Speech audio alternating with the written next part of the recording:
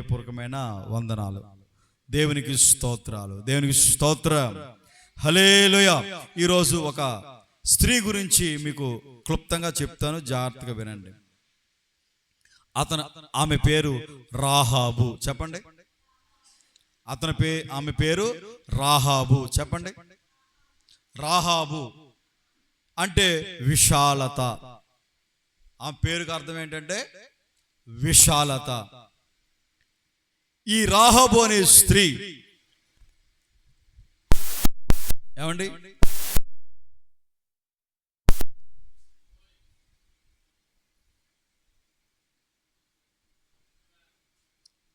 యెరికో పట్టణంలో ఉంది. ఎక్కడుంది? యెరికో. యెరికో అనగా సువాసన. ఏంటండి? సువాసన. ఈ యెరికో పట్టణం మీద ఎత్తైన ప్రాంతంలో ఇల్లు కట్టుకుని ఉంది. ఈమె ఎవరంటే వ్యభిచారం చేసే స్త్రీ. ఎవరో ఊరు వెలుపల ఎత్తైన ప్రాంతంలో ఈమె వేశ్య అని బైబిల్లో రాయబడింది. జాగ్రత్తగా వినండి. మనం చెప్పాను కదా మీకు వాక్యంలో, ఒక స్త్రీ ఉందా అని వ్యభిచారి అని. ఈమె ఈ రాహాబు వ్యభిచారం చేసేది, పాపం చేసే వ్యక్తి.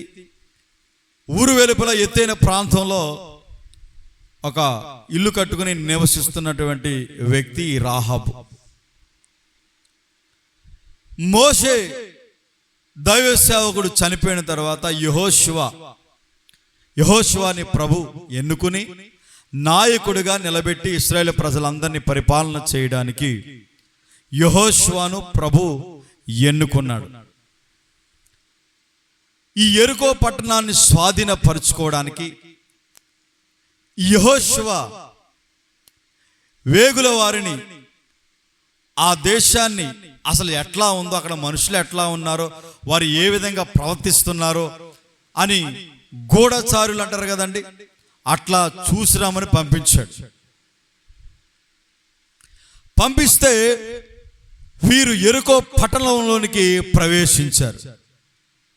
ప్రవేశించిన తర్వాత ఆ యెరికో రాజుకి ఈ విషయం తెలిసి, మరి పట్టణం వెలుపల ఉండే మొట్టమొదటి స్త్రీ ఎవరు చెప్పాలి?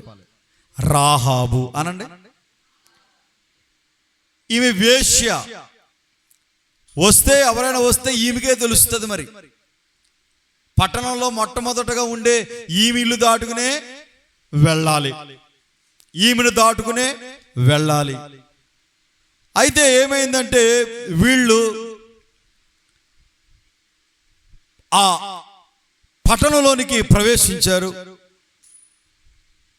ఈ రాజు వచ్చి, ఇదిగో ఇక్కడ ఇద్దరు వ్యక్తులు వచ్చారు, ఈ రాజ్యాన్ని చూడడానికి, కనుగోడానికి వారు మాకు కావాలి అని చెప్పేసి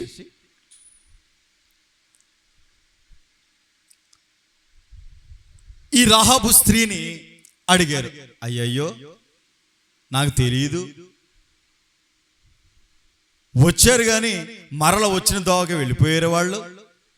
మీరు గనక వారిని తరుముకుంటూ వెళితే వారు దొరికేస్తారని చెప్పి వారికి అబద్ధం చెప్పి వారిని దారిని మళ్లించి దైవ సేవకులను ఏం చేసిందంటే కాపాడింది. Praise the lord. ఏం చేసింది? దైవ సేవకుల్ని గంపేసుగా పెట్టింది, జమ్మేసుగా పెట్టింది. ఏదో విధంగా వారికి కనబడకుండా చక్కగా భద్రంగా దాచిపెట్టింది. అర్థమైంది మీకు? ఇంతవరకు దాచిపెట్టి వారిని ఏం చేసిందంటే వేరే మార్గం వెళ్ళేటట్లుగా చేసి వాళ్ళని పంపించేసి ఆమె చెబుతూ ఉంది, మాటలు వినండి, చదవండి. యెహోషువ గ్రంథము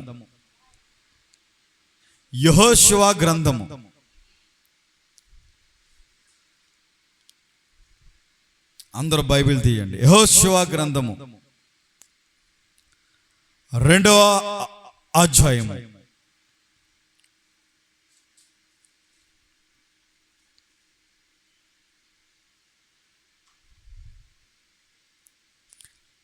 మొదటి వచనం దగ్గర నుంచి మనం చదువుదాం.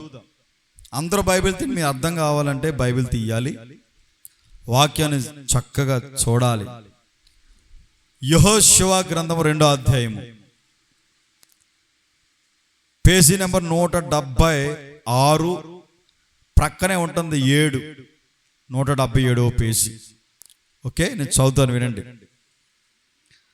నూను కుమారుడైన యెహోషువ వేగుల వారిన 2 మనుషులను పిలిపించి, మీరు పోయి ఆ దేశమును ముఖ్యముగా యెరికోను చూడుడని వారితో చెప్పి హిత్తీయుల వద్ద నుండి వారిని రహస్యముగా పంపెను. వారు వెళ్ళి రాహాబను నొక వేశ్య ఇంట చేరి అక్కడ దిగగా, దేశమును వేగు చూచుటకు ఇశ్రాయేలు యొద్ద నుండి మనుషులు రాత్రివేళ ఇక్కడికి వచ్చారని యెరికో రాజునకు వర్తమానము వచ్చెను. అతడు నీ యొద్దకు వచ్చి నీ ఇంట చేరిన ఆ మనుషులను వెలుపలికి తీసుకురమ్ము, వారు ఈ దేశమంతటిని వేగు చూచుటకే వచ్చారని చెప్పుటకు రాహాబు నొద్దకు మనుషులను పంపగా, ఆ స్త్రీ 2 మనుషులను తోడుకుని వారిని దాచిపెట్టి, మనుషులు నా యొద్దకు వచ్చిన మాట నిజమే, వారెక్కడి నుండి వచ్చారో నేనెరుగను. చీకటి పడుచుండగా గవిని వేయబడు వేళను ఆ మనుషులు వెలుపలకు వెళ్ళిరి, వారెక్కడికి పోయిరో నేను ఎరుగను.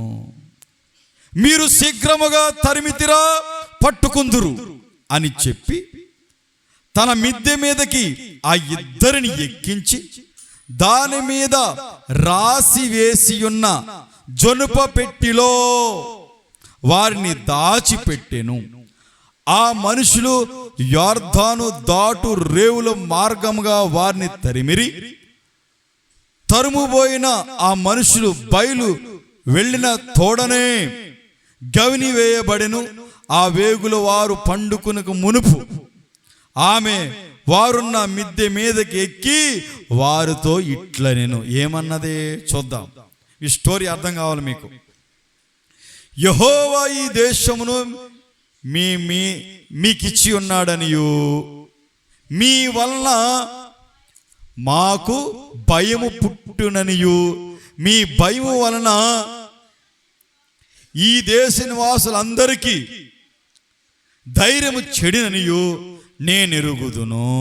ఇదిగో, మీరు ఐగుప్తు దేశములో నుండి వచ్చినప్పుడు మీ ఎదుట యెహోవా ఎర్ర సముద్రపు నీరును ఎలాగూ ఆరిపోజేసెనో, యొర్దాను తీరమునున్న అమోరీల 2 రాజులైన సీహోనుకును ఓగుకును మీరేమి చేసితిరో, అనగా మీరు వారిని ఎలాగూ నిర్మూలన చేసితిరో ఆ సంగతి మేము వింటేమే. మేము వినినప్పుడు మా గుండెలు కరిగిపోయాను. మీ దేవుడైన యెహోవా పైన ఆకాశమందును క్రింద భూమి అందును దేవుడే. మీ ఎదుట ఎట్టి మనుషులకైన ధైర్యం ఏమాత్రము ఉండదు. హల్లెలూయా. ఇది అర్థమైన వాళ్ళందరూ దేవుని స్తోత్రం చెప్పండి. ఇలా వారితో మాట్లాడింది. ఏమంటుంది తెలుసా? అబ్బా, ఆమె మంచి మాట మాట్లాడిందండి. ఏం మాట్లాడింది?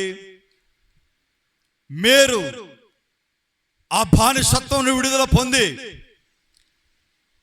యొర్దాను నది దాటడానికి ప్రభు మీ పట్ల చేసినటువంటి ఆ నీరంతరిని తొలగించి 6 నెలలుగా చేశాడే, అది మేము చూసాము.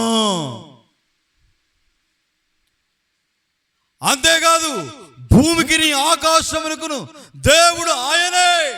చూడండి, ఎవరివిడి చెప్పాలి. అమ్మాయి మోకరిచి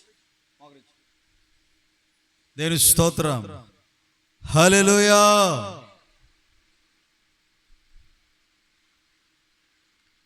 ఎవరేమే చెప్పండి, నాకు ఏమమ్మే? వేశ్య. చెప్పండి, ఏమి కాదులే. ఏమని చెప్తుంది? వేశ్య అయినా గొప్ప విశ్వాసీమే. దేవుడు చేసిన అద్భుతాన్ని, ఆశ్చర్య కార్యాలను గుర్తుపెట్టుకుని, అయ్యా మీ పట్ల దేవుడు చేశాడే, అది చూస్తే మా గుండె అదిరిపోయింది, గుండు గుబేలు మందే. అయ్యో బాబోయ్, ఇంత మహనీయుడా, ఇంత గొప్ప దేవుడా మీ దేవుడు. ఆ రోజే నేను నిశ్చయించుకున్నాను, మీ వంటి దేవుడు ఒక్కడును ఇక్కడ ఎవడో లేడని. ఆయనే ఆకాశమును భూమిని సృజించిన దేవుడని నేను గుర్తుపెట్టాను అని ఈ రాహబు చెబుతూ ఉందండి. అర్థమైందా మీకు? వేశ్యే కానీ దేవుని యందు విశ్వాసము కలిగిన స్త్రీ. ఇద్దరిని పంపించాడు కదా యెహోషువ. ఇద్దరు వేగుల వారిని, దైవ సేవకులని ఏం చేసింది? ఏమే జమ్ము పెట్టేసి దాచేసిందంటండి. Praise the lord. అర్థమైందా? దైవ సేవకులను ఏం చేసింది? ఏమే పరిశుద్ధులను ఏం చేసింది? వినండి, ఏం చేసింది? కాపాడింది, దాచిపెట్టింది. వాళ్ళకి ఏం చెప్పింది? ఇది ఇట్లా వెళ్ళారు, వచ్చిన మాట వాస్తవమే, సందడిపోతా ఉంది, చీకట పడతా ఉంది, గవిని తలుపు వేయబడుతున్నప్పుడు వాళ్ళు వెళ్ళిపోయారు. మీరు గనక ఇప్పుడు వారిని తరిమారా, వారు ఖచ్చితంగా దొరుకుతారు మీకు అని చెప్పి దారి మళ్ళించి ఏం చేసింది? ఏగుల వారిని కాపాడింది. Praise the lord. చూడండి ఎంత విశ్వాసం. విన్నదే దేవుని మాటలో ఇశ్రాయేలుల పట్ల చేసినటువంటి అద్భుతాలు, ఆశ్చర్య కార్యాలు ఈమె నోట, ఈమె చెవిని పెట్టి విని విశ్వసించిందండి. ఎవరిమే? వ్యభిచారం చేసేది ఆమె, అపవిత్రురాలు. ఈమె అంటదే, అయ్యా మిమ్మల్ని దాచిపెట్టాను కదా చొమ్మపెట్టులో, మీరు ఈ దేశాన్ని ఖచ్చితంగా జయిస్తారు, మీ వశము చేసుకుంటారు, ఎవడికి ధైర్యం ఉండదు అని చెప్పి వీరితో మాట్లాడుతూ, అయితే నేను పాపాత్మురాలనే, నేను వ్యభిచారినే, వేశ్యనే కాదన్నాను బాబు, కానీ మీ దేవుడు పరిశుద్ధుడు, పవిత్రుడు, అద్భుతాలు ఆశ్చర్యకరాలు చేసి ఆయన నమ్ముకునే బిడ్డలందరినీ కాపాడిన దేవుడు. అది వినగానే నా గుండె అదిరిపోయింది. అయితే ఒక మనవి, ఏం చేయాలంటే, నేను ఈ ఉపకారం చేసినందుకు మీరు నాకు ఉపకారం చేయాలి అని లిటిగేషన్ పెట్టింది. మీకు అర్థమైందా? ఎంత తెలివైందో తెలుసా? ఈ రాహాబు స్త్రీ చాలా తెలివైంది, చాలా భక్తి కలిగినది, చాలా విశ్వాసము కలిగినది. దేవుని మహత్కార్యాలు రుచి చూడకపోయినా విని విశ్వసించిన వ్యక్తి. ఏమంటది? బాబు మా నాన్నున్నాడు, మా తమ్ముడున్నాడు, మా చెల్లుంది, మా అక్కుంది, నా కుటుంబస్తులందరిని మీరు ఏం చేయాలి చెప్పినా, ఈ రాజ్యాన్ని మీరు తగలబెట్టేటప్పుడు, ఈ రాజ్యాన్ని మీరు జయించినప్పుడు, ఇదిగో నా కుటుంబాన్ని మాత్రం మీరు కాపాడాలి. హల్లెలూయా! ఎంత మంచి ఆలోచన. నా కుటుంబం, నా తండ్రి పాడైపోకూడదు, నా తండ్రి నశించిపోకూడదు, నా అక్క, నా అన్న ఎవరు కూడా నశించిపోక చనిపోకుండా జీవించాలి అంటే నా కుటుంబాన్ని మీరు కాపాడాలి అని కోరుకుంది. ఏమని కోరుకుంది చెప్పండి? నా కుటుంబాన్ని మీరు కాపాడాలి. ఓకే, అలాగే నీవు నా పట్ల చేసిన ఉపకారాన్ని బట్టి, ఈ మేలును బట్టి ఖచ్చితంగా నేను మీ ఇంటి వారందరినీ కాపాడుతాను అని చెప్పారు. దేవుని స్తోత్రం. అయితే నువ్వు ఒక పని చేయాలి. మరి అందరి ఇంటిలోకి వెళ్ళి మేము అందరినీ తీసుకొచ్చి నరుగుతాం, చంపుతాం, నాశనం చేసేస్తాం. అయితే గుర్తుగా గుర్తుగా ఎర్రని దారం నువ్వు కిటికీ కట్టాలా. ఏం కట్టాలి చెప్పండి? ఎర్రని దారాన్ని నీ కిటికీ కడితే మేము వచ్చినప్పుడు ఆ దారాన్ని బట్టి నీ కుటుంబాన్ని, నీ అన్నని, నీ అక్కని, మీ చెల్లిని, మీ తండ్రిని, నీ తల్లిని అందరిని మేము విడిచిపెట్టేస్తాం. ప్రైజ్ ది లార్డ్ అని చెప్పి పైన కూర్చోండి అక్క, ఇబ్బంది అయితే కూర్చోండి అక్క, పైన కూర్చోండి. ప్రైజ్ ది లార్డ్, దేవుని స్తోత్రం, హల్లెలూయా. ఏమైందంటే ఈ రాహాబు స్త్రీ ఈ విధంగా కోరుకుంది. వాళ్ళు ఏం చెప్పారంటే ఎర్రని దారం కట్టమన్నారు. ఏం కట్టమన్నారా? ఎందుకు? అద్దె. అప్పుడప్పుడు నువ్వు కూడా అద్దె కట్టుకుంటావు కదా, కట్టుకుంటావు లేదా? అందరికి ఒకే చీరలు ఇచ్చామనుకోండి, ఏం చేస్తారు? తీసుకుని దానికి ఏదో మచ్చ పెడతారు, ఏదో ఐడెంటిఫికేషన్ అయ్యేటట్లుగా దానికి అద్దె పెట్టుకుంటారు కదా. అట్లా ఏం చెప్పారంటే, మీరు కిటికీకి ఎర్రని దారం కట్టించు. ఈ దేశాన్ని మేము స్వాధీనపరుచుకున్నప్పుడు మేము జ్ఞాపకం పెట్టుకుని నీ ఇంటి వారందరినీ రక్షిస్తామని. దేవుని స్తోత్రం.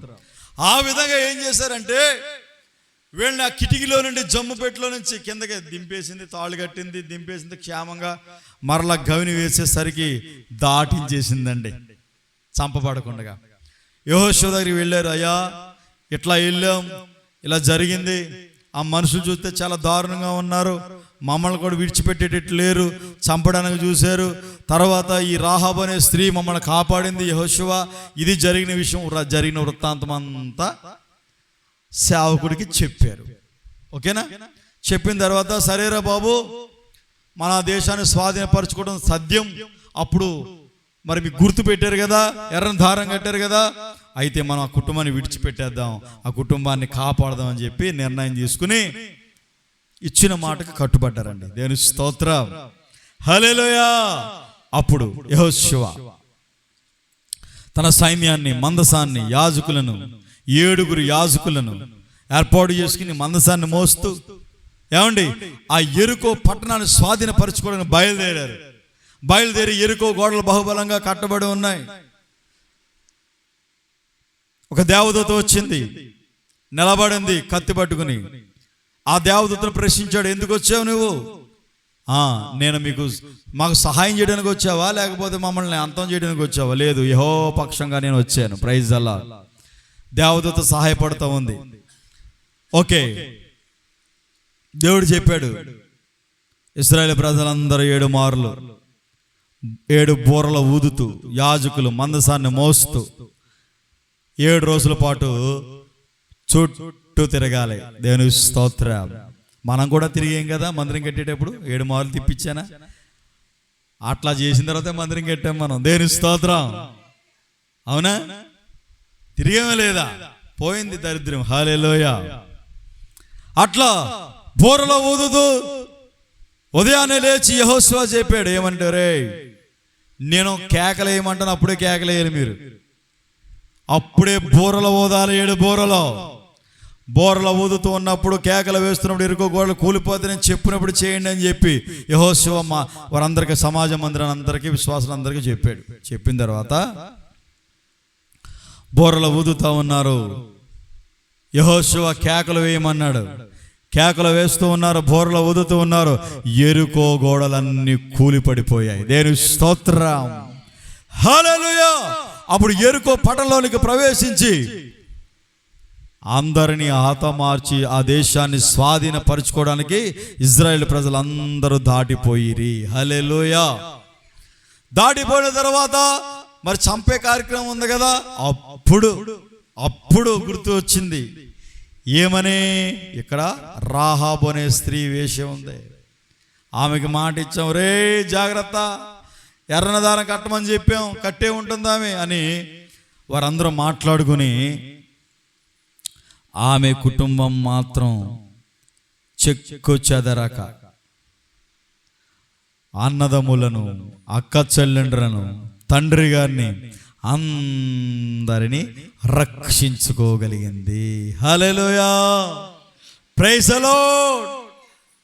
ఒక వేశ్య, వ్యభిచార స్త్రీ తన కుటుంబాన్ని ఏం చేసింది? రక్షించుకుంది, రక్షణ మార్గంలోనికి నడిపించుకుంది. ఎవరేమన్నా వేశ్య అండి, పాపాత్మురాలండి. ధర్మశాస్త్ర ప్రకారంగా రాళ్లతో కొట్టి చంపే పరిస్థితి ఉన్న వ్యక్తి తన కుటుంబాన్ని కాపాడుకుంది, తండ్రిని కాపాడుకుంది, చెల్లిని కాపాడుకుంది, అన్నని అందరినీ కాపాడుకోగలిగినది. హల్లెలూయా. మరి ఈరోజు పెద్ద బైబిల్ పట్టుకుని ఏమండి చక్కగా మంచి వస్త్రాలు వేసుకుని దేవుని మందిరానికి వస్తూ ఉన్నారు కదా ప్రజలారా, క్రైస్తవ ప్రపంచమా. మరి నీ భర్త రక్షింపబడ్డాడా? నీ తండ్రి రక్షింపబడ్డాడా? నీ అన్న రక్షింపబడ్డాడా? నీ తమ్ముడు రక్షింపబడ్డాడా? కుటుంబం అంతా రక్షింపబడిందా? మరి రాహాబు స్త్రీ వేశ్య ఒక పాపాత్మురాలే కుటుంబాన్ని రక్షించుకుంటే, ఈ కడవరి దినాలలో, ఈ భయంకరమైన దినాలలో నీవు నీ కుటుంబాన్ని రక్షించుకోగలుగుతున్నావా? లేకపోతే నీ పిల్లలని, నీ భర్తని నువ్వు రక్షింపబడితే చాలని నట్టేట్లా ముచ్చుతున్నావా? ఈ వాక్యాన్ని బట్టి ఈ రోజున రోషము తెచ్చుకోవాలి నీవు. ఈ వాక్యాన్ని బట్టి ధైర్యము తెచ్చుకోవాలి నీవు. ఒక రాహాబు స్త్రీ తన కుటుంబాన్ని కాపాడుకుందే, రక్షించుకుందే, తన అన్నదమ్ములందరినీ కాపాడుకుందే. మరి నీవు నీ కుటుంబాన్ని రక్షించుకోగలుగుతున్నావా?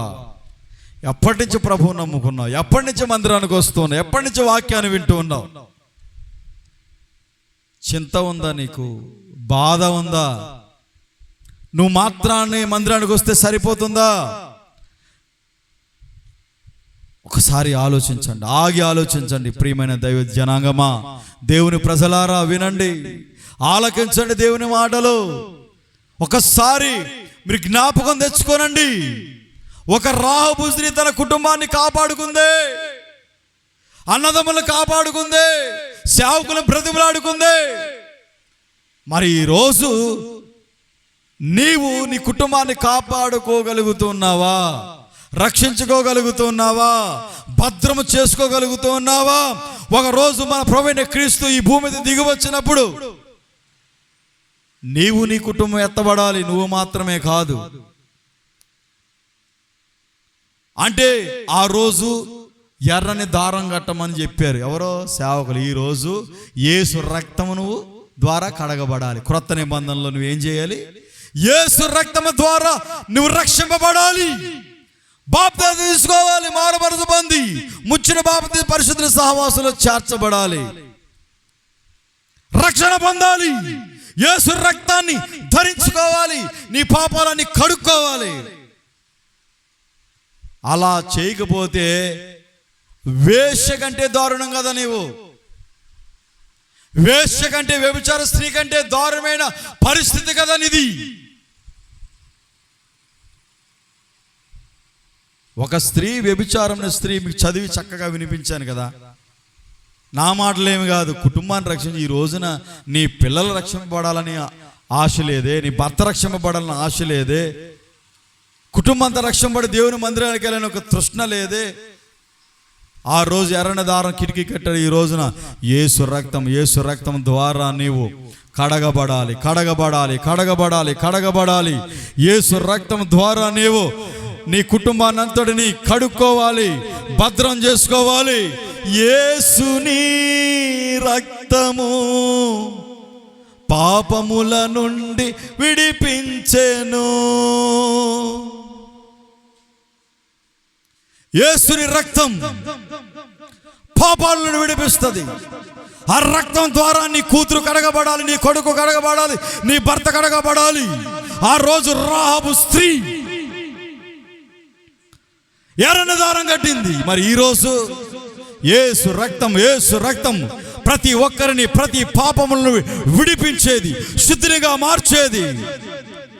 ఆయన రక్తంలో నీ కూతురుని, నీ కొడుకుని, నీ భర్తని నీవును కడగబడాలి, కడగబడాలి. హల్లెలూయా. ఆ ఎర్రని రక్తం ద్వారా కడగబడకపోతే సంహార దూత వస్తుంది. నిన్ను చంపేస్తుంది, అగ్నిలో వేస్తుంది. అపవాది వచ్చి ఎత్తుకుపోయి అగ్నిగుండంలో వేస్తారు. దేవదూతలు వచ్చి ఇదిగో నీతిమంతులందరినీ ఒక చోట, అనీతిమంతులందరినీ అగ్నిగుండంలో తీసుకువెళ్ళి నువ్వు వద్దన్నా, నువ్వు మారం చేశాను, నేను వెళ్ళను అయ్యి బాబోయ్ అని నువ్వు అక్కడ ఏడ్చిన. అర్థమైంది మీకు? చనిపోయిన తర్వాత నీ ఆత్మకు చావు ఉండదు కదా. అయ్యా నన్ను క్షమించు ప్రభు, నన్ను మన్నించు ప్రభు, నేను తప్పు చేశానయ్యా. రాజశేఖర్ పాస్టర్ గారు ఎంత చెప్పినా వినలేదయ్యా, అరిసరిసి చెప్పాడయ్యా, గొంతు ఇచ్చి అరిగిపోయేవరకు చెప్పాడయ్యా, నేను వినలేదు బాబోయ్, ఎంత కేకలే చెప్పాడు, కోపమించుకున్నాను, ముఖం మార్చుకున్నాను అని చెప్పి నువ్వు ఎంత ఏడ్చినా అస్సలు ఊరుకోరండి. వాళ్ళు తీసుకెళ్ళి జాగ్రత్తగా తీసుకెళ్ళి కాముగా వెళ్ళి అగ్నిగుండంలో పడవేస్తారు. అగ్నిగుండమును నుండి తప్పించబడాలంటే యేసు రక్తం ద్వారా కడగబడాలి, యేసు రక్తం ద్వారా విమోచింపబడాలి, పరిశుద్ధాత్మ అభిషేకాన్ని పొందుకోవాలి, పరిశుద్ధులుగా నువ్వు జీవించాలి. హల్లెలూయా. ఆ కుటుంబాన్ని రక్షించారో వాళ్ళు విడిచిపెట్టారో విడిచిపెట్టలేదో చదువుతాను చూడండి, నేనే చదివి వినిపిస్తాను. యెహోషువ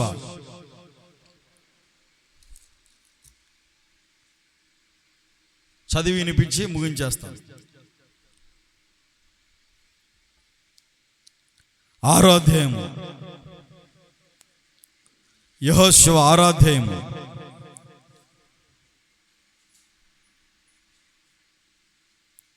23వ వచనాన్ని చూడండి. యెహోషువ 6వ అధ్యాయము 23వ వచనాన్ని నేను చదువుతాను చూడండి. వేగుల వారైన ఆ మనుషులు పోయి రాహాబును, ఆమె తండ్రిని, ఆమె తల్లిని, ఆమె సహోదరులను, ఆమెకు కలిగిన వారందరినీ వెలుపలుకును తోడుకుని వచ్చిరి.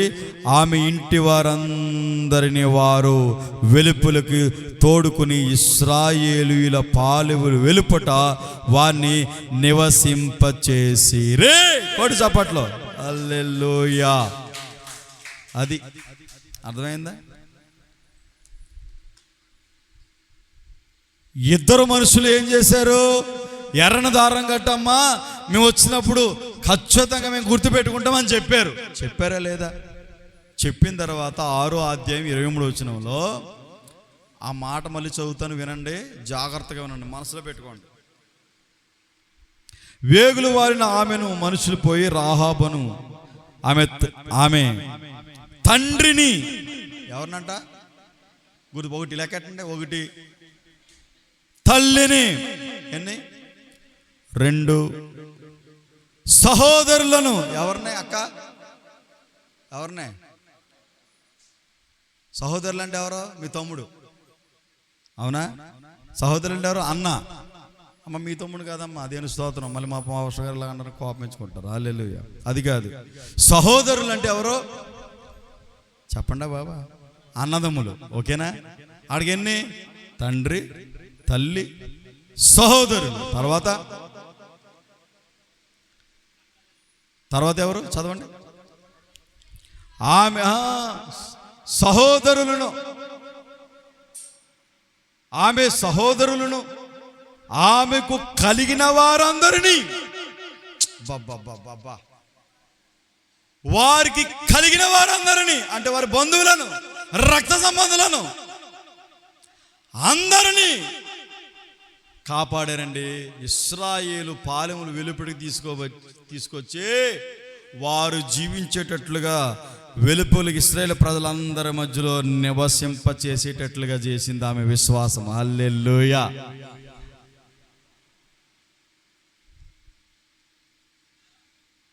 అర్థమైంది మీకు? ఎవరేమే?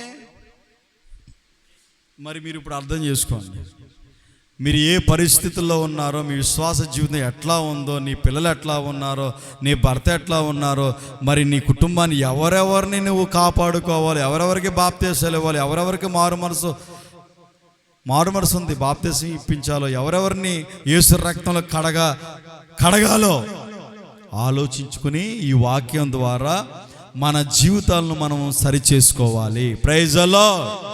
ఈ రాహాబు స్త్రీని, వేశ్యను మనం మోడల్గా తీసుకోవాలి. విశ్వాసం అండి. ఈమె శరీరాన్ని అపవిత్రపరుచుకుందేమో కానీ ప్రభువుని నమ్మింది, కుటుంబాన్నంతటిని కాపాడుకుంది. ఎవరిని? తండ్రిని, తల్లిని, సహోదరులను, వారికి కలిగిన వారందరినీ. Note this point. అది అట్లా మనము మన కుటుంబములో ఎవరైతే రక్షింపబడదో వారి ప్రార్థన చేయటము, బాప్తిసం పొందేట్లుగా చేయటము, నీకు కలిగిన రక్త సంబంధుల బంధువులు అందరినీ యేసు రక్తం చేత కడగబడేటట్లుగా నువ్వు చేయాలి. హల్లెలూయా. అలా చేయకపోతే వేశ్య అట్లా చేసింది, మరి నేమనాలి? క్రైస్తవ ప్రపంచం.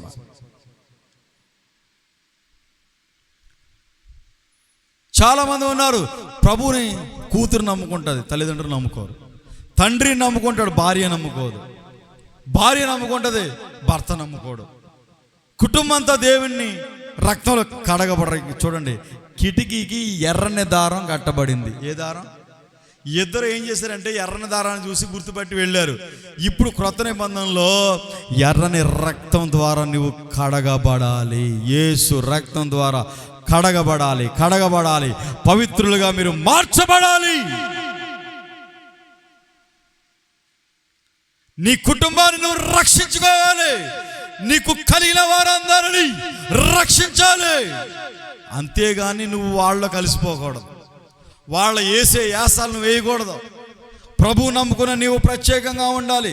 నీతిమంతులుగా తీర్చబడవు, యేసు రక్తం చేత కడగబడ్డావు.